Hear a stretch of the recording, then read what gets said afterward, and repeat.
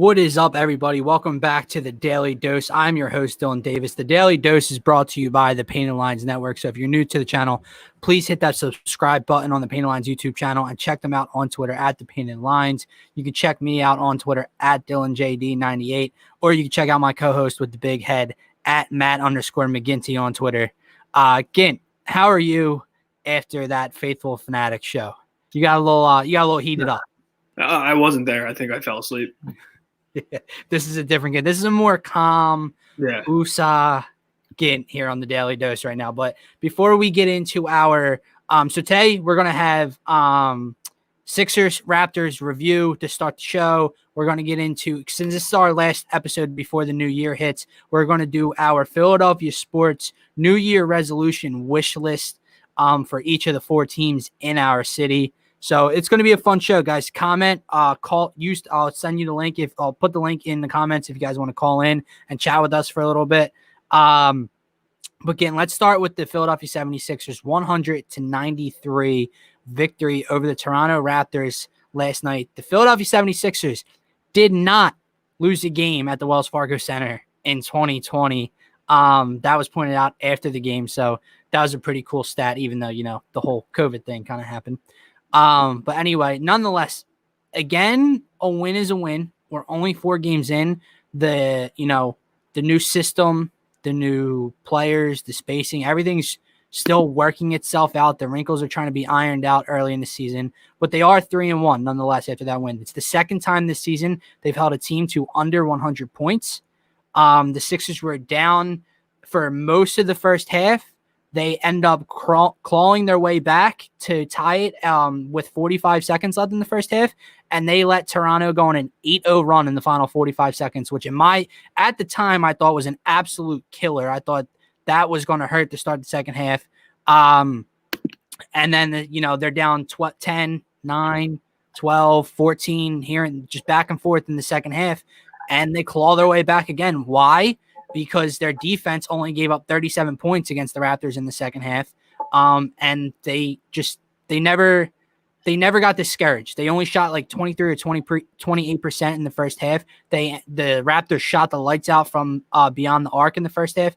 And at the end of the day, when the final buzzer sounded, the 76ers ended up shooting a better field goal percentage from the field than the Raptors did, which I thought was incredible. But that's what great defense does, and I think that's, the difference in this system and under Doc is no matter how poorly we're shooting, no matter if we're down by double digits in the third quarter or whatever it is, our defense can keep us in games. So what was that was my main takeaway. Their defense let them hang around, and then they were able to dominate with Joel, and guys started making open shots late in the game. What was one of your takeaways, Kim? I just think it's something we've been preaching all years. With Doc as the head coach, things get better in the second half rather than in the previous years when leads would go from 10 to 25 in the third quarter. So, but a main takeaway is just what Tobias Harris was able to do in the fourth quarter. Tobias Harris was creating everything for the Sixers at the end of the game. He was the one coming off the ball screens, hitting pull-up jumpers. Obviously, Joel played outstanding, and what Ben was able to do on defensive end goes unnoticed. Clearly, I thought it was noticed, but some people inform me that they're packing his bags currently. But no, like I said, Tobias Harris to me was the biggest takeaway. But the thing with Tobias Harris is you just showed you're capable of doing it against a top 5 half-court defensive team in the entire NBA. So now you don't have an excuse. Yeah, it's very true. I don't think you're going to get a consistent performance out of that, from Tobias throughout as the season goes on. However, I think it's critical in the postseason that happens for this team to have success. Look, all I want to say to everyone, even though we won the game, everyone just sees 11 points from Ben Simmons. And that's fine. He really wasn't good enough offensively last night if that's how it's going to be. But I had no problem with his aggressiveness last night. So, yeah, he didn't shoot the corner 3. He didn't come around the screen and curl and shoot the elbow jumper. I want him to, but he didn't. I didn't have a problem with his aggressiveness. He shot like shit from the field like everyone else did for majority of that game last night. And if he hits a few of those buckets, he's around the 20-point mark, where it's just where I want Ben Simmons.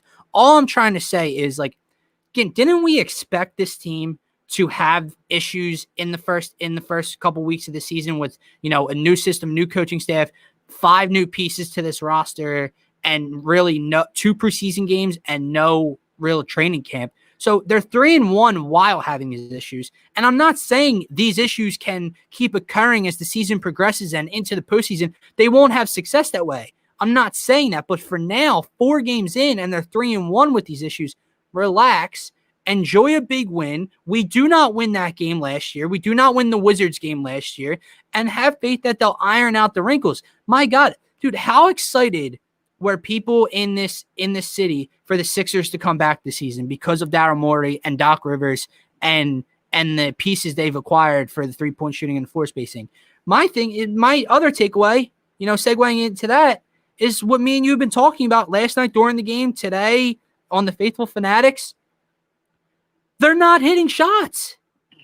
Hit an open 3, hit an open jumper, and these games go much differently. Everyone wants to talk about Ben Simmons' 11 points. If Danny Green, read the numbers again. You had the 3-point numbers in the Faithful Fanatics. You still have them up? They were 8 of 31 as a team. I know Danny Green was 1 of 4. Shake was, I think, 1 for 6. Joel was 1 for 6. Yeah. I think they were 1 for 6. Maxey was 0 for 2. Mike Scott was 0 for 2. So, and Tobias was 2 for 5. And Seth was 6 of 3. 3 of 6, sorry. Yeah. So they were fine. Obviously, the big 3 coming at the end by Seth. Danny, the 1 3 that he hit of the 4 came late in the game. He hit the one that counted the most. And Tobias was fine. But my point is, like you brought it up in the Faithful Fanatics, everyone points to Ben Simmons shooting. Why? If it's not a high percentage shot that it goes in from Ben, why would we draw up a play for the ball to be leaving Ben's hands when the guys that we should be drawing up these plays for, like those numbers from 3, they're not falling? That will work itself out. If I look, Danny Green has not looked good in the first 4 games so far. I think he'll be better as the season goes on. I really do, because everyone's, he's old, he's done. No, he hasn't lost a step because he wouldn't still be good on the defensive end of the ball if he's lost a step. Like, the shooting just didn't disappear. Yeah, I agree. And what people aren't understanding is Danny Green has done this for years. This isn't new. Sorry, I just saw George's comment. Yeah, me too. This isn't new. Danny Green he shoots a career, and I know last year wasn't good, but career-wise, I'm pretty sure he's right around 40%. So it's not something I don't want to say it's not worryable because we have to make shots in order to win games, clearly, but something you touched on, you said how excited we were and all this stuff, and I'm still excited. I know that. I know you are too, but it literally took a 3-1 start for people to be unexcited and ready to move one of your best players on your roster. So I'm not enthused. Like, I'm not overly impressed by the start, where it's like I was excited and now they've impressed me and my, emotions have gone even further. I'm just, okay, they're 3-1. They have not played their best basketball. They have not shot the ball well whatsoever from the shooters that are paid to do so. That'll work itself out. It really will. The thing that, if you want me to be completely honest with you, the thing that is worrying me more is if they're a contender or not, because that is the goal, not just to win games in the regular season. To win a championship is the end goal, not just reach the Eastern Conference Finals, not just get it out to the finals to win it, right? My issue is I was excited about their bench depth coming in, and in the preseason it looked good, and in the first game, and it carried us to a win pretty much because the starters weren't good enough against the Wizards. But the bench depth has not been good since the first night against the Washington Wizards. I loved the Dwight Howard signing. I think it was the biggest one of this offseason. I think he had 10 rebounds in 13 minutes opening night. He's been okay since. He's had a couple of mistakes, hasn't really dominated the glass like he did the first night. Shake Milton, I do still have a lot of faith in Shake. However, since the Washington game, he looks timid like he did last year. He doesn't look as confident. And he just flat out hasn't been good enough offensively for this team. Tyrese Maxey, look, I have confidence that his shot will improve throughout his career. Don't get me wrong, and even throughout this season. He can't shoot that well right now. Matisse Thybulle is a lost cause right now. Furkan Korkmaz, who I don't like, and, wasn't shooting well anyway, is hurt now. So he can't even be out on the floor to space the floor and try to knock down a three. So their bench depth is not good right now. And that's what worries me. Yeah. If I do have a worry, I should say. Yeah, no, I agree. And also what kind of worries me is something we brought up yesterday, like where the offense comes outside of Joel. And we were fortunate last night to get 26 points out of Tobias Harris on 55% shooting. But that's not something, even at a max contract, because, again, Tobias is not to be blamed for getting a max contract. Tobias was offered a max contract. Yeah, that's not a Tobias Harris issue, guys. That is a Sixers issue. It was an Elton Brand issue. But the problem is we can't expect what happened last night every single night. It's just plain and simple. And that worries me because, we won last night, but we need to find a way to get some buckets. And I thought Shake Milton would be – and I still think Shake can. I still think Shake can be good this season. But in terms of coming off the bench with Alpha Korkmaz right now, and I'm not huge on Korkmaz either, but coming off the bench, we're looking at Mike Scott as our best catch and shoot. Yeah, I didn't even name him.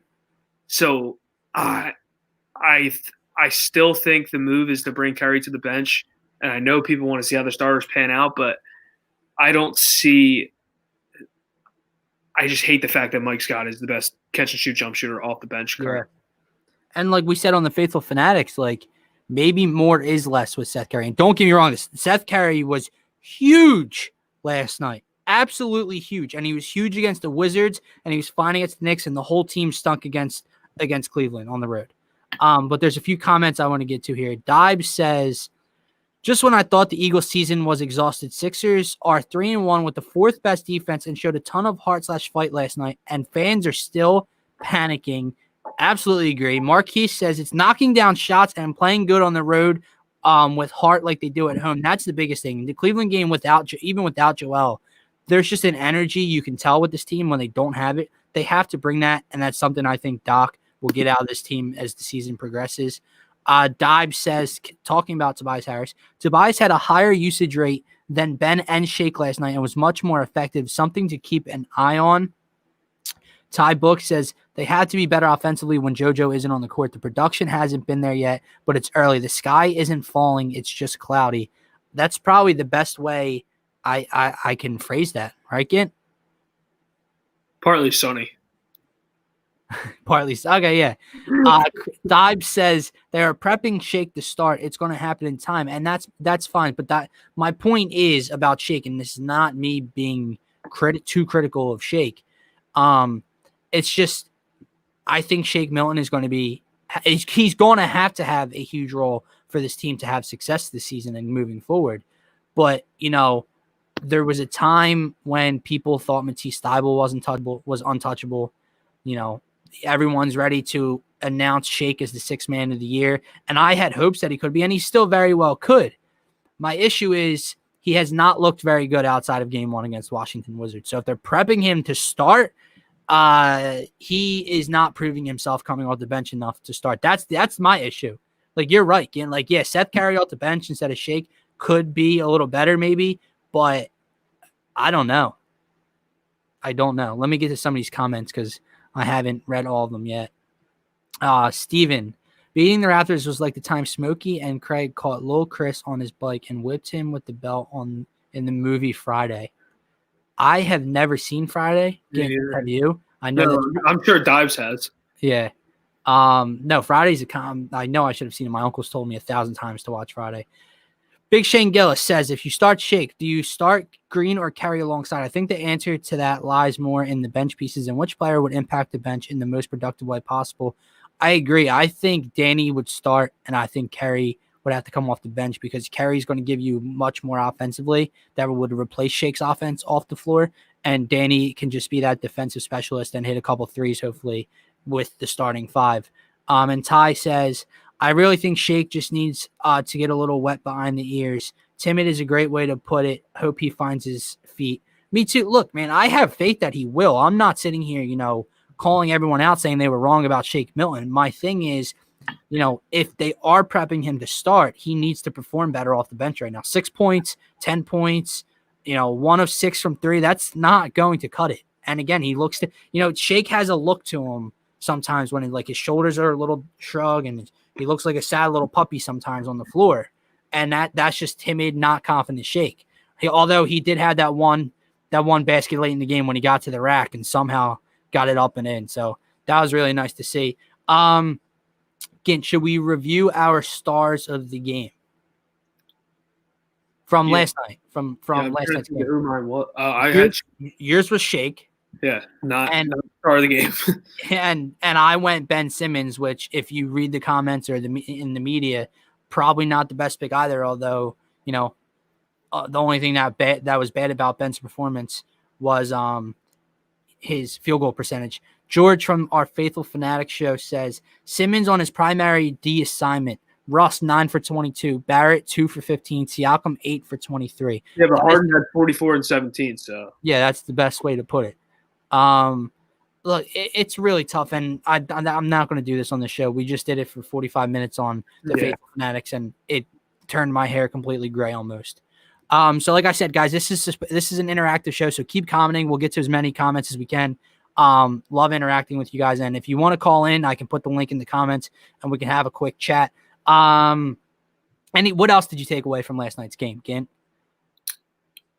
I think the crazy thing to me is this is the second time this year that the Sixers have given up. What was the other game because they gave up 37 in the second half against the Raptors? What was wasn't there another game this year, the Knicks or the Wizards? It was Washington. We gave up 34. Yeah, this is the second game they've held a team to under 100, and the second game they've held a team to under 40 points in the second half or something. Yeah. That is outstanding. And that to me, I guess we talked about it on the Faithfuls show, was, this team, when I watched them, doesn't look too different through the first 4 games as they did last year. But in my opinion, they don't win the Toronto game. They don't win the Washington game last year like they have this season so far. So where can I point the finger to what's the difference? I think that's it. I think it's the coaching. I think it's the late game adjustments and the in-game adjustments. And I think it's the defense on the defensive end. Just the fact that, they were struggling shooting the ball. The Raptors were lights out from 3. And then second half, a switch flipped and, roles kind of reversed, and their defense kept them in the game. The Raptors at times, like I said, it fluctuated from that 9, 12, 14-point game, but it never got above that. The Sixers never let the game get to 17, 18, 19 points, because if that happens, then I think it's too far out of reach. Marquise, I think I remember that. Marquise's star of the game was Seth Curry. Pretty damn good star of the game last night. Although, people were talking about it, how they were worried he was passing up open threes in the beginning of the game. But all in all, 3 of 6 from deep, and that huge shot last night. And I want to say something about that too. So we continue to talk about JJ Redick, right? Like, we haven't had that shooter since JJ, and everyone kind of analyzes the 2-man game with Seth and Joel right now as how they did it with JJ and Joel, and they're saying, it's too clustered because Seth's not as quick as JJ coming around the screen. There's not much separation there. My thing with that is it's a two-edged sword, right? So while JJ was probably the best 3-point shooter we've had in years, how many times did he miss a wide open 3 late in the game when it mattered, Ken? A lot. How many times? A lot. Seth Curry hits that 3 last night to go up 6. That is a difference maker. And that's another takeaway I had last night. That is another thing I think that is different this year while I'm watching the game late in the game. Joel, not just the game plan and the coaching put into Joel's head. Maybe that's more so coaching than Joel, or maybe it's Joel maturing. The outlet pass to Joel Embiid late in that game.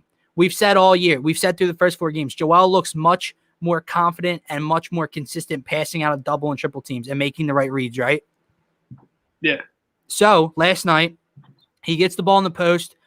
A minute left in the game. They're only up by 3.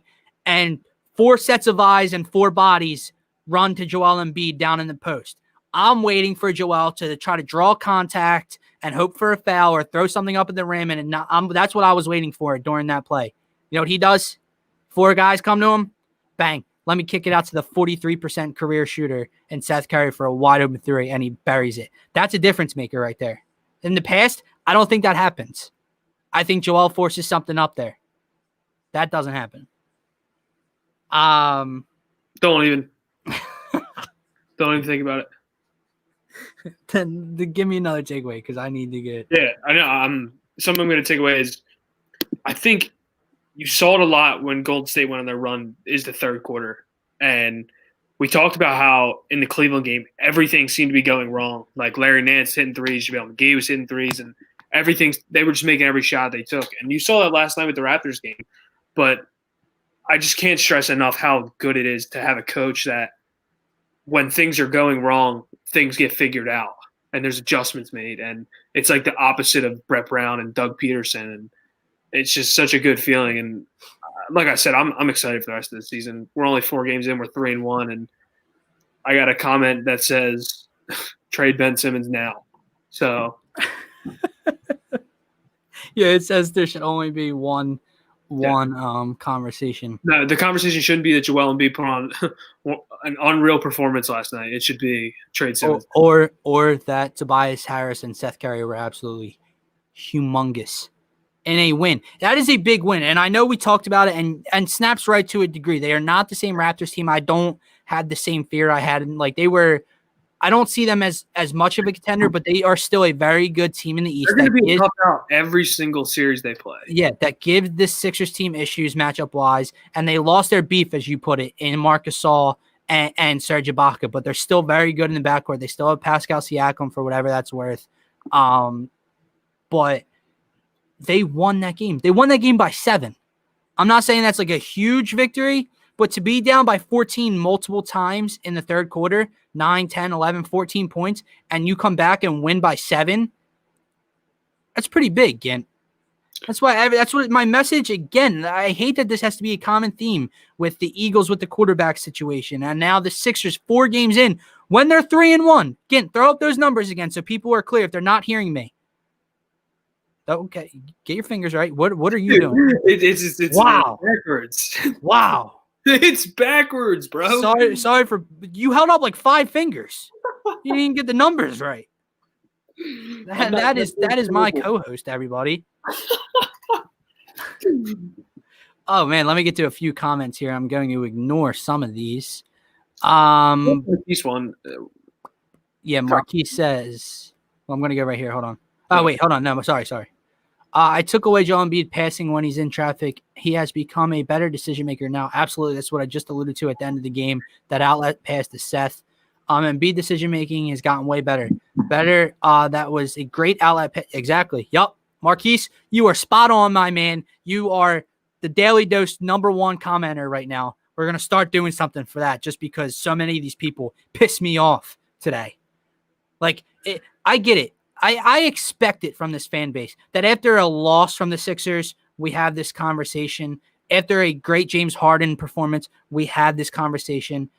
But after James Harden did not play last night, and the Sixers beat the Raptors in a come-from-behind win and hold the Raptors to under 100 points to go to 3-1 on the season, we're bitching and moaning. Pull up the comment. Shane's or MJ's? MJ, you can take that one. Go ahead, bud. What has James Harden won? He hasn't made the finals as a starter. He hasn't made the finals as a #1 option. Why are we so certain that James Harden gets you to the promised land? I don't understand it.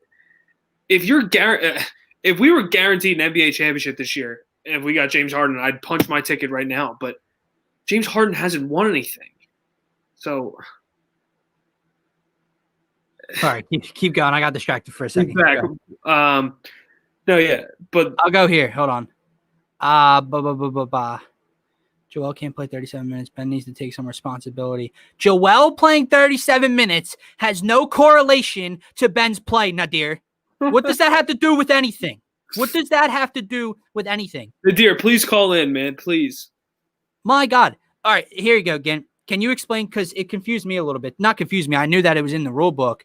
But can you talk about the Aaron Baines 3 that literally changed the game, because that's allowed? They're allowed to continue to look at it while the game's being played now. I guess outside of 2 minutes, right? I'm assuming. I don't know the time variation. I just know. So I know you were upset with the fact that the way it came out. Yeah, I'm ecstatic from a Sixers standpoint, but my point is that if it was reversed, I wouldn't be. Mark, hold on, I'm going to throw this link right here in the comments for you guys. You don't have to show your face. You just turn the mic you don't on. you don't have to show your face. Just don't be an ass. And we'll have a little bit of conversation with you. So if you can use one of those links, come on in, buddy. Go ahead again. Yeah, no, just to talk about it, because I think a lot of people kind of were confused, because usually you always see the ref go like this if they want to review something. So then they'll go to the monitor on the next dead ball, and I think they're trying to eliminate the fact of taking that time at the monitor, which the NBA refs do such a bad job of when they're reviewing flagrant fouls and things like that. So I think they're trying to eliminate that whole conference and make it a quicker process, what I got out of it last night. Yeah. MJ, are you just like a bad troll? Like, I'm confused. Yeah, I don't know. Like, and this is the thing. Even when the conversation came up about the Harden rumor, I was the one on the Faithful Fanatics show to say there's not a lot of guys that I even give a thought to trading Ben Simmons straight up for. James Harden gives me that thought, and I thought about it, and I'm sticking with Ben for now. But there's just so many factors that go into it. Like, you add James Harden 40 and 7 a night. Yeah, so hold on. I just read the end of this comment that's posted here, and I'm assuming you got to it. But same losing Philadelphia mentality for 30 years. What has Harden won? He's won nothing. The biggest claim to that he's almost had about over Golden State is the fact that he Chris Paul, if Chris Paul doesn't go out, they win that game. Okay? MJ is just emotional. We've all been there. Why are you sticking with Ben? Why am I sticking with Ben? I'll tell you why, MJ. Because he's the best defensive player in the league, in my opinion, if not top 3. And Ben Simmons is 24. Yeah, he's 24, dude. What is wrong with you? He's 24 years old compared to what? James Harden's 32? Right? Yeah, I'm pretty sure. I'm just looking something. Also, Ben Simmons, I'll tell you why for now. And I'm not saying long term. If it continues to trend this way, we can have that conversation. My point is, you're trying to blow it up after 4 games, and they won last night. Ben Simmons is elite in every other aspect of the game outside of shooting. And even without shooting and not shooting well from the free throw line in his career, he's almost a 17-point per game scorer. He's improving his free throws attempted. He's improving his free throw percentage through the first 4 games. If he sticks with with his aggressiveness this year, he'll be a 20-point per game scorer, if not close to it. That's why. That is why. And you have no idea. I get it. The imagination of Joel with James Harden, the in and out game between those two, and the dynamic could be potentially great. James Harden has never played with a center like Joel Embiid. Never played with a dominant center that needs the ball, that's constantly in the low post, that's dominant in the low post. He's never had that. How do you know he's going to be able to play with that? Because guess what? When it's time for Harden to get going, Joel can't be down on the block. Joel's going to clog that lane that Harden loves. Real quick. So for the James Harden guys, James Harden at the age of 24 was on the Rockets, and they lost in the first round to rookie Damian Lillard. So this whole Ben hasn't won anything. Ben's 24 years old. And don't try to say, oh, well, Joel's 27. Because James Harden, I'm pretty sure, played with Dwight Howard that season, if I remember correctly, who at the time was a more than reliable center. So just pump the brakes. Like, that's a term that every single person at TPL has had to use in the last week, man. Pump the brakes. I've never used pump the brakes more in my entire life. It's crazy. Guys, again, I posted the link to call in the comment section if you can use it. If you can't use it, let me know. I'll try to figure it out. But like Dibe says, remember, guys, feel free to call in and take your stand. Look, yeah, again, I know me again. I'm a loud person. I'm not literally going to yell at you or it's just so fun. It's fun to have these conversations. But come on, man. All right. With that being said, we just spent about 30 minutes on the Sixers versus Raptors, and it was a win, mind you. So the Sixers do move to 3-1. I understand why everyone, isn't overly impressed. Nor am I. Nor is Gint. But I'm saying that goodbye, Nadir. Talk to you, Nadir. We'll be safe. Good riddance. My God. You won't be back tomorrow. Oh, man. But let's have some fun because this is our last Daily Dose show before the new year comes. So me and Gint are going to go through our New Year's resolution / wish list, I guess you could say. Definitely wish list. Yeah. For the teams in Philadelphia, you guys can comment along with us and we'll post the best ones.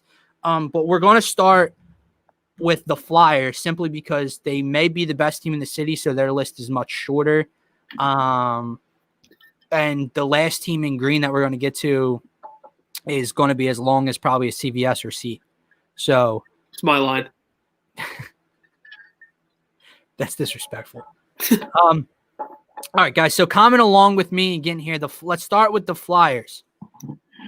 Wait, so do you want to break down? We're going to tell them how we're doing it here. So me and Dylan each picked 5. Yeah. We don't know what we picked, and then we're going to try to pick the most important 3 that we agree on. If we can't agree on it, we'll just move on. Yeah. But I don't have 5 for the Flyers. Yeah. You know why? Because I have that much confidence in the Flyers, and mine are minimal for the Flyers. So would love for someone to call in George Ryder with 5. Yeah, George, use the link and get in here. Okay? Flyers, 1A. Stay healthy. That's a New Year's resolution for everyone in just everyday life. That's it for the Flyers. Stay healthy. Carter Hart, Oscar Lindblom, Nolan Patrick, everyone, stay healthy. George, the link is in the comment section. Go find it. 2 for the Philadelphia Flyers New Year's resolution. Improve the power play. The power play reared its ugly head in the postseason.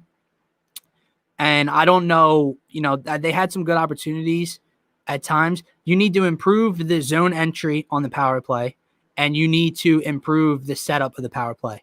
There was no flow to it whatsoever. We have a caller. Sir, what is your name? What is your name and where are you calling from? What's up, guys? I'm George. I'm calling from South Jersey, and I love the pod. You guys do a great job. I love Faithful Fanatics, though. I like that one kid. He's really cool. Yeah. The kid? That kid that likes to bake. You came in and Gint didn't want to talk to you anymore. So, George, would you like to take part of the segment with us? Yeah, I'd love to. See, guys, this is what happens when you call in and be interactive. You get to be part of a segment. Fans get to interact. We are doing our New Year's resolution wish list for the teams in Philadelphia. We're starting with the Flyers because it's the shortest, and they might be the best team in the city right now. So my number 1 is stay healthy, as for everyone in the world. Number 2, improve the power play scheme. Zone entry on the power play setup, everything on the power play. Reared its ugly head in the postseason. That has to be improved. Agree or disagree? Completely agree. Number 3, goal scorers. Might want to score in the playoffs. Maybe. It was nice having the young guys and the depth and the fourth liners step up against the Canadians and against the Islanders and score. But the only way to have success and make a postseason run is if your best players, if your goal scorers are carrying the load, and then that depth becomes important behind them. But they have to lead. Agree? Completely agree. Okay, George, you are slacking on your first segment here on the Daily. But I do. Okay. Do you have Gint or George? Do you have any others for the Philadelphia Flyers New Year's resolution list? Go ahead, George, because hockey not my forte. Yeah, I would say young kids, young players to take a step forward. We'll most likely see some Morgan Frost this year. We'll see another year of Philip Myers, another year of Provy, and just if young players take a step forward, that'll be huge for this team. I mean, we saw last progression. So development and progression of the young guys. Progression's a good one, and stay consistent. We saw last year they were one of the most consistent teams in hockey. If they stay consistent, Carter Hart plays like he needs to play. Our top 2 D pairs play like they need to play. And from 1 to 4 on the forward lines, we keep it consistent like we did last year. We got nothing to worry about. Steven, good news. Another young kid that could take a step forward this year. Nolan Patrick, he number 2 overall pick. We expect him to be a solid goal scorer for us, a solid guy on the ice, and hopefully the migraines don't set him back too much. All right, let's get into the Philadelphia Phillies wish list. And George, I'll give number one. It's not really it's my number two, but I'll throw this to you first so you can take over for a second and discuss what took place yesterday. One of the things on my Philadelphia Phillies New Year's resolution list is bullpen help. So they made a move yesterday. Tell the people about it for a second. Jose Alvarado. This guy, if he stays healthy, is already the best bullpen pitcher that we have. You want a power arm in your bullpen, a guy that can go the 7th, 8th, or 9th inning. This kid throws 98 miles an hour with absolutely disgusting movement. Like, his sinker / two-seamer is disgusting when he's healthy. The only problem is his shoulder, kind of worrisome. He's had injury history. He's only 25 years old. So with power arms, it's always scary. But if he stays healthy, this kid's going to be the huge part of our bullpen. Just go on YouTube and look up Jose Alvarado two-seamer, and you'll see. Like, this thing moves at a ridiculous rate. He's in the 96th percentile for fastballs, velo in all the MLB. All he has to do is stay healthy. The shoulder's definitely worrisome, but this kid's already the best bullpen pitcher we have. And we gave up a guy that was 26 years old in Clevinger, and he's still a prospect in the minors, for a 25-year-old who you know that he has ridiculous stuff. So great move, no-brainer. Good job, Phillies. We got bullpen help. Yeah, we have a couple of people here in the comments saying, just remember, he hasn't been healthy. Concerns about injury history, and walk rate. Mm-hmm. Look, all I'll say, I said it yesterday here on the Daily Dose. I'm not going to front and act like I know a ton about the dude. All I know is that he throws hard, he has good movement, and he gets outs. And that is one thing that the Phillies bullpen struggled with. It seems like a key piece of pitching. At a historic rate? Historically terrible bullpen? Yeah, so it seems like a key job description for a future Phillies bullpen piece. So sign me up. Number two. Do you want to go back and forth here? Because I feel like some similar stuff. Oh, well, we definitely have similar stuff. So I gave bullpen help. You can go here, and I think this is the most obvious one. Yeah, sign JT Realmuto. That is the number one. Yeah, that was my number one. And bullpen was also my number two. Okay. I'll give my number three now.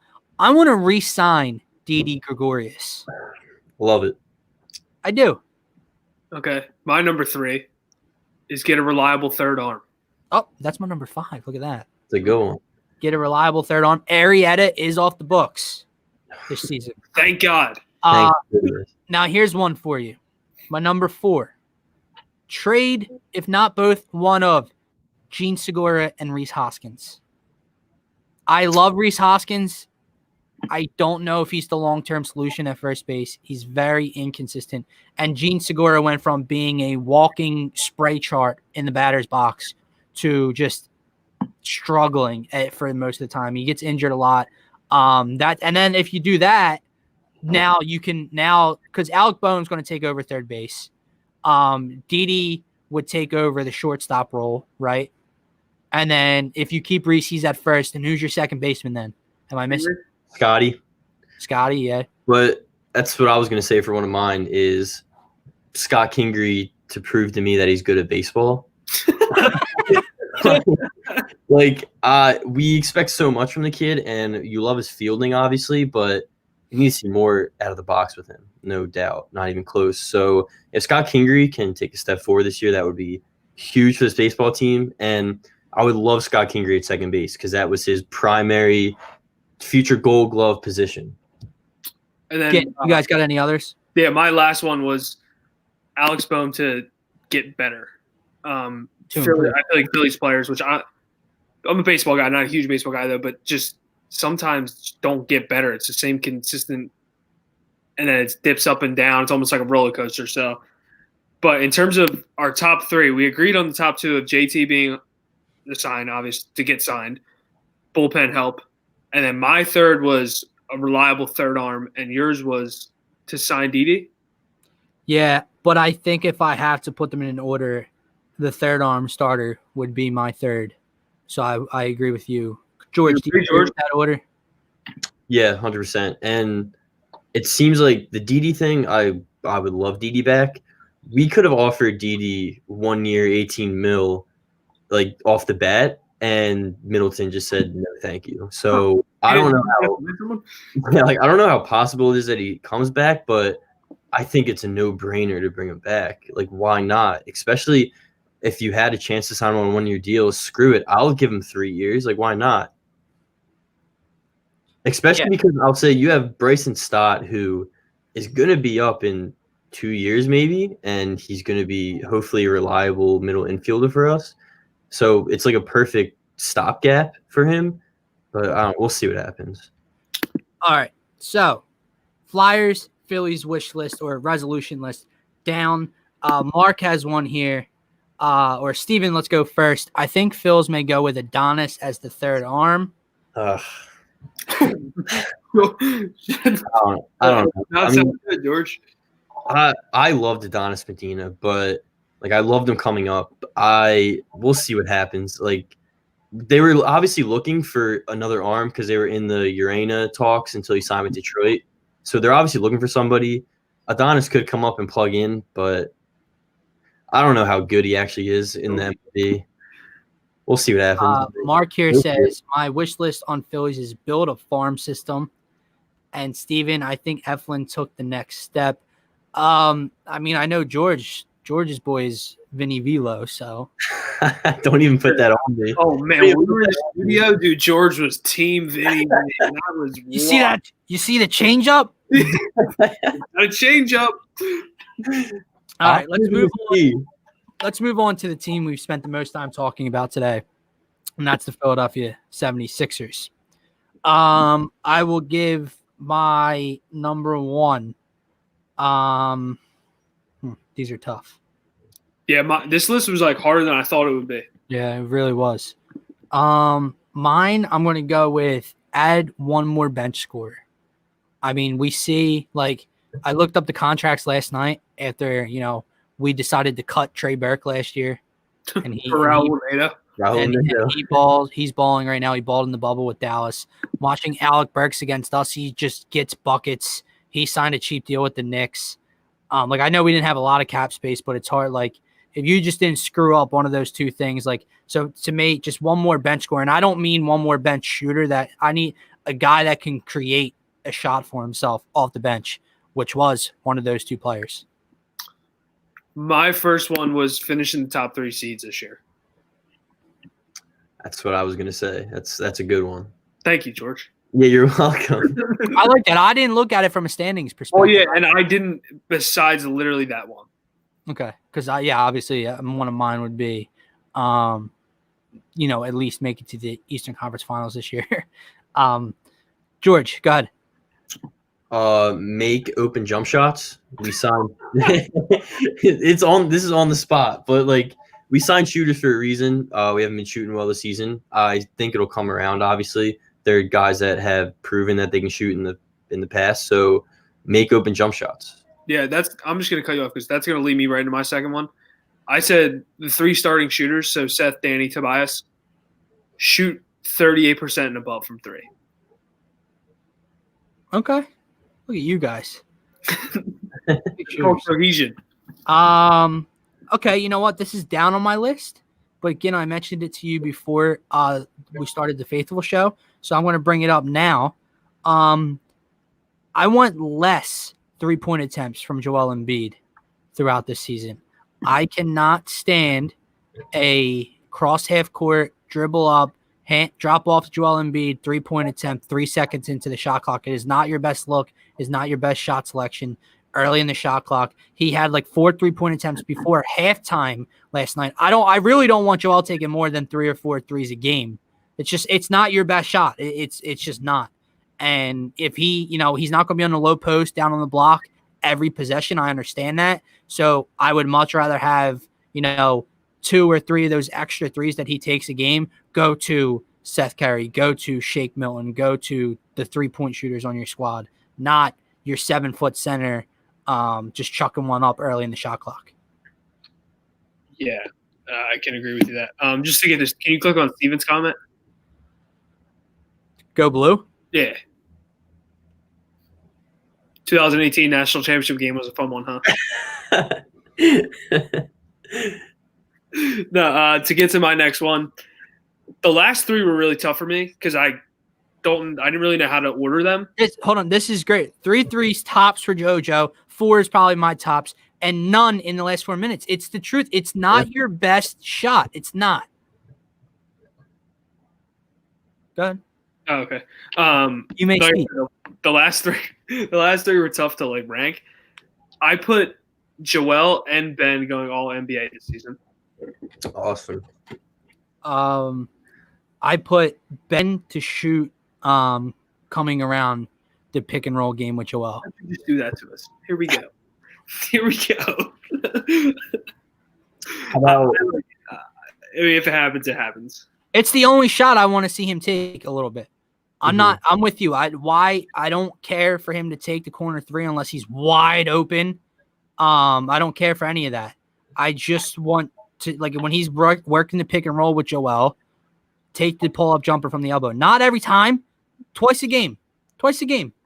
Take it. George, you got anything? Yeah, how about finish the year as a top 5 defensive team? Because like they've showed the first 4 games they look very good defensively, and they have the guys that do it. So if we finish top 5 defensively, that is just another step forward to possibly actually being a top 3 team in the East. Yeah. This one's kind of be repeat here because again I couldn't rank the last 3. I also put stay healthy in mine, so that's one. Oh, okay. Embiid and Ben going all defense. Okay.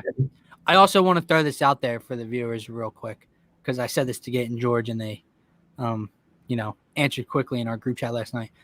Maybe I'm completely wrong, right? Maybe I'm being an ass here. Okay. Joel Embiid was not injured last night. Oh, yes, he was. What do you mean? Like, what does it even mean? He was obviously banged up. He held his hammy. Then he walked to the He fell to the ground. Made a bone. He went to the ground on his own. He didn't go down by force. He fell to a knee. You watched the replay. Didn't get kicked. Nothing. Maybe at worst he cramped because in the position his leg was in. That's it. George, if he was injured, it was a boo-hoo moment. He made a bad play. A whistle blew. He laid on the ground for a second. He ran back to the locker room. He was back in 4 minutes of gameplay and dominated. He probably did cramp up, but okay. I don't think he just went down and was like, all right, I'm gonna go to the locker room real quick. I don't think he expected to go to the locker room. I think when the trainings came out, he was like, shit, I gotta go to the locker room. Yeah. Okay. At worst, it's a cramp. At worst, you guys were like, fuck, oh my god. It was scary. It was scary. Dylan hates Joel. Oh my god. Spam the comments. Yeah. All right. Anything else? Here's my last one. Here's my 5th one. And I want to make this one word in this sentence very clear, okay? And this is a wish list. We said part of resolutions as well. A trade to acquire another star. That would not involve trading one of your stars. Another. Thank you. Good wording. All right. George. So that wraps up the Sixers wish list. How do we want to rank these? Top 3. I just said, how do we want to rank these top 3? Oh, yeah. So watch your snarky ass self. I think we can all agree top 3 should be first. What? A top 3 seed in the East. Okay. I like it. Do you agree with that? Yeah. I think shooters shooting above 30%. Hold on. Everyone mute. Are we back? No, we're not. Is it me? George, talk again? Hello? Okay, I think we're good. Oh, that's scary. Hey. A little scary. Yeah. I think those 3 role players that I named, Tobias isn't really a role player, but I think those 3 guys shooting above 38% definitely needs to crack our top 3. It doesn't have to be 2, but I think if that happens, where number 1 happens. I agree. Mm-hmm. I really do believe in my first one, though. I think that has to happen. What was your first one? Add a bench scorer by the deadline. And I like that one as the 3rd one as well. Because I think that needs to happen. I agree. George, where do you stand? Top 5 defensive team? That one's up there. We could probably package that with the first one. Just because they'll come hand in hand, most likely. All right. You guys ready to have some fun? No. Final couple minutes. No, I'm good. This is a laundry list Long one. of a New Year resolution. I'll go first. Here we And go. I made this very simple for the Philadelphia Eagles. I didn't name out who needs to be gone. I didn't do anything. Number one, fire everyone. Mine was fired. Fire at least someone. I need a whole new regime in here. A whole new regime. Because this is my point, right? You got to imagine Dave Phipps gone. You got to imagine some of these coordinators. Press Taylor's gone, right? So my thing is, if Doug's gone, Jim's gone, because Jim is like the new head coach is going to handpick his staff. And I also want Howie Roseman the hell out of here and get a new GM in here. So I need a whole new regime. That's my number one. Like I said, mine's fire someone. Someone has to pay for this. I don't know who it is, but someone's got to go after the absolute travesty we just watched this season. My number one would clearly be trade Carson Wentz. Kick him out. Get him out of here. Just kidding. Hold on. I really don't want to pull this comment up, but it just crossed my eye because it came up right away. I know there's been an argument going on in the comments. Yeah. MJ, and stop saying Harden choked. If Paul didn't get hurt, they would have won the championship. Oh my dear God, you are up for worst take of the show. MJ, let me say one thing real quick to you. And then I'm getting back to 17 straight threes. Harden missed 7 of them. Not just that. First of all, you're acting as if this past year was the first year Harden's been labeled as a choke artist. Him and the Rockets were labeled as choke artists for years now. This didn't just happen. This has been a thing. Yeah, this didn't just happen, and then Chris Paul went down, and this is why people say he choked. He's been choking for years, okay? Moving on. George, do you have any you want to throw in real quick? Yeah, please, front office, Howie, if you're still here, don't mess up the first-round pick. Do not mess up the first-round pick. Yeah, that's on my list. Don't overthink the first-round pick. If you're at the spot you're at now, if you're at like 6, it should be very easy. Don't overthink it. Don't mess it up.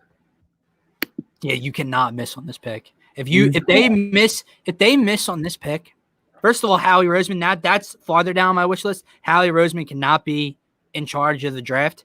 But if they miss on this pick, I may be out. And I'm not saying like if they don't take Jamar Chase or Devontae Smith, I'm going to be so upset. If they don't take Jamar Chase, Devontae Smith, Micah Parsons, either of the 2 corners that we mentioned earlier, if they go some position, I'm not saying defensive line depth isn't a need. I'm not saying an offensive lineman isn't a need because they're getting older. It is. That top pick cannot be one of those 2. Any other position outside of corner or wide receiver, and in my opinion, has to be wide receiver. So they cannot miss on this. Here's my number 2. Bring in Eric Bieniemy. This follows my everyone's fired list because clearly Doug and the coordinators are out. Bring in Eric Bieniemy or bring in a new head coach. Like, you know who I wouldn't mind is what's the dude Saleh from San Fran. You know who I'm talking about? Yeah. He's going to be up for a job. And I say that for this reason. It is clear and obvious to everyone. It's a known thing that Jim Schwartz has free reign. Jim Schwartz does whatever he wants. He has total control. Doug does not tell him what to do. No one tells Jim Schwartz what to do. He's a defensive coordinator, and he does whatever he wants. No. Bring in Saleh or someone like that, right? He's more defensive-minded. He can still bring in a defensive coordinator, but he's more that side. And then Saleh brings in an offensive coordinator that can do his job and work with Carson Wentz. And doesn't have to worry about the offensive side. And guess what? If the offensive coordinator is not doing his job, Saleh gets to do his job as the head coach and get in his ass or get in the defensive coordinator, whatever it is, get in someone's ass and do your job. No more free reign with these coordinators and these useless guys that have job titles but no job description. It's ridiculous. Dude, you sound like a parent yelling at his kids that they're not allowed to play video games at late. No more free reign up in here. My second is take priority in the linebacker position. And that doesn't have to be Yeah, I love how you say that, and then ding comes. It's like, duh. Who would have thought? I don't know what's happened, but take priority in the linebacker position. And that doesn't have to be take Micah Parsons in the first round. It doesn't have to be all these certain things. I need to block these comments. Yeah, no. Private chat, thank you. Yeah, I'm going to say that as my second. And I'll okay. You want me to get my third too while you're looking at your phone? Yeah, do it. Chill out, dude. I was going to tell George to go. No more free reign up in here. I'm going to tell George to go, psychopath. George? Go. I'll say the organization standpoint, don't force Carson Wentz out of Philadelphia. Please do not force Carson Wentz out of Philadelphia. Like now we're talking, George. Now we're talking. I know a majority of these fans want Jalen Hurts. They, for some reason, they want to give up on Carson. I guess this MJ probably wants Jalen Hurts to be the quarterback. This is not the situation to give up on Carson Wentz because one bad season. When the season prior, he took us to the division win with 4,000 yards it makes no sense. I don't want to unload Carson Wentz at all. When he broke records, you mean? When he broke records, yeah. MJ, I want you to know this is a Philadelphia sports podcast, buddy. We're done with this guy. We're done with this guy. Well, I'm just Philly fans in here. That's what it is. Next on my list.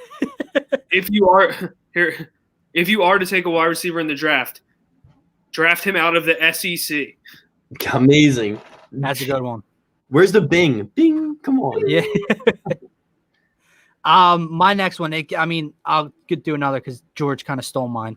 Mine's make Carson the starter. Tell him it's his team. No, I'll make it my next one. No quarterback competition. I know everyone's talking about that. Jaws is talking about that. I like that. Quarterback competition may work in Pee Wee football. It may work in high school. It may even work in college. A true quarterback competition, 50-50, does not work in the National Football League. Never has, never will. It does not exist. So miss me with that. Tell Carson it's his team. We're building around you. We like what we saw to Jalen Hurts so far, but he is what he is. He was a rookie. He started 4 games. He's the backup. And then guess what? Then you still have, if you bring both back, you still have what everyone wanted. A cheap backup, a good, cheap, reliable backup on the bench if Carson goes down or continues to play like shit next year. Sorry, real quick. Big Shane, don't apologize for anything. You're awesome. You're the man. All right, so my number 4 was enough with the QB controversy.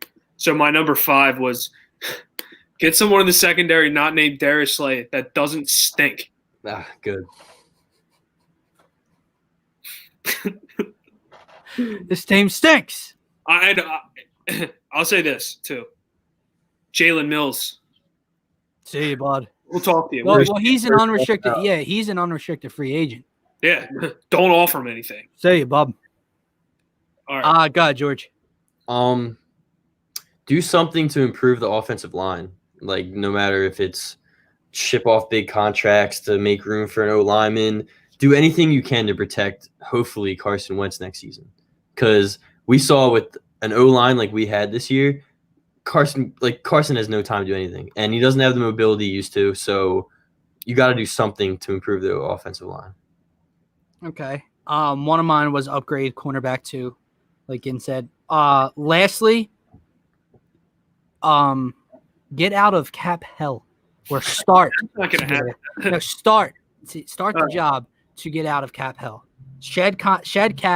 Alshon, I don't care if you have to eat Alshon's cap. I don't care if you have to eat Deshaun. Make a move with Ertz. I think he's done in Philadelphia. So that wraps up my list. I have get younger, but that's a duh. Yeah. Anything else I'm missing? No. I have no idea how we're shrinking this. Can we make the Eagles 5? Yes, I'm down with that. I have no idea. I mean, I think we agreed on firing and make a decision to move on with the quarterback situation, and the decision should be number 11, but we're not going to get into that because I'm going to lose my mind in that too. All right, here's what I'm thinking. Quarterback is Carson. Firing. You guys say at least one. I guess I'll be okay with at least one, but I want to fire everybody. Yeah. I'm kind of close, but close to everyone. That's 2. You cannot miss on this draft pick. That's 3. Wide receiver out of SEC, basically. Yep. Yeah. I'm standing by my number 2 in bringing in Bieniemy or bringing in someone like Saleh as a head coach and get, no more free reign. No more free reign. No more free reign. And I really think you have to prioritize the linebacker position this year. Oh, see, is that more important than cornerback too? No, but I think we can package together firing and your head coach thing and make that a list of 5. 5.5. No, that doesn't make sense. We're 5 with like an asterisk next to it. Yeah. Oh man. All right, but yeah, I think that's going to wrap it up, guys. For myself, for Gint, for George, thanks for coming on and doing this with us. I'm telling everyone everything they need to know about the Phillies' new relief pitcher. This is the Daily Dose with Dylan Davis. Have a nice night.